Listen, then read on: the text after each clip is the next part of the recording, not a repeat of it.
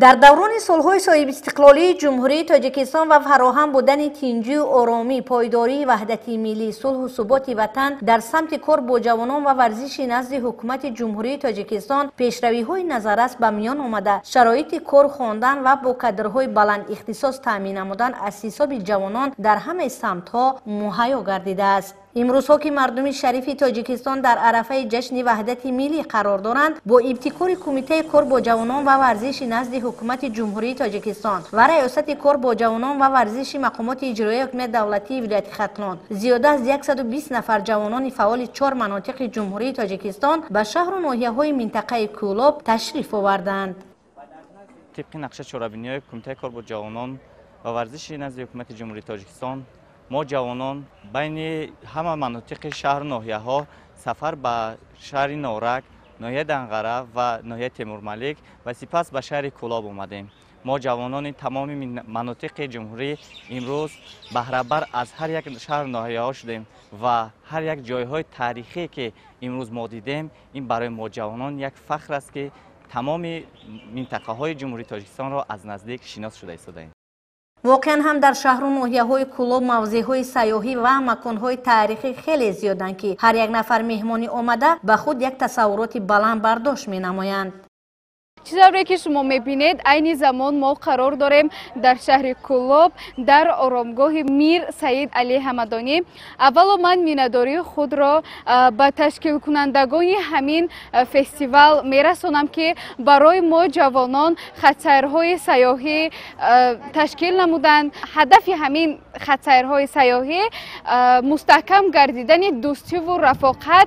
بین ما جوانان میباشد. واقعا هم مردم کولوب خیلی مردم مهمان نواز هستند و من از این سفر به خود خیلی تاثیرات خوب را گرفتم.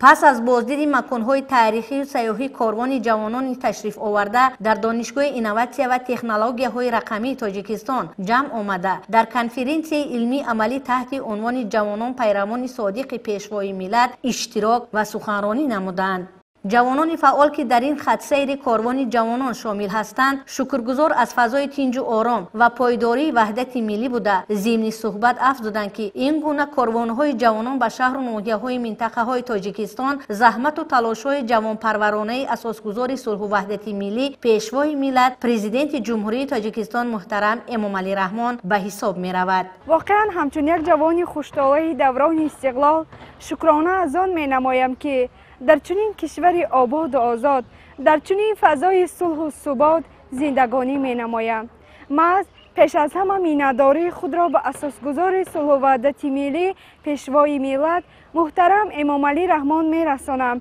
که محض با همین دستگیری های پیشوای معظم ملت امروز جوانان در بهترین شرایط زندگانی و فعالیت می نمایند و این همه که امروز ما جوانان سعادتمند دیار را به چنین فستیوال ها، به چنین کاروان ها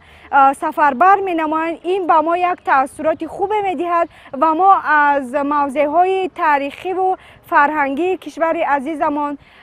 علاوه خصوص امروز از دیار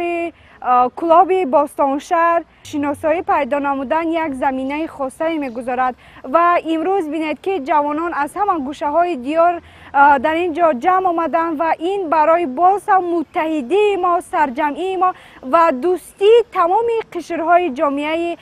کشور عزیزمان یک شرایط خوب فراهم آورد.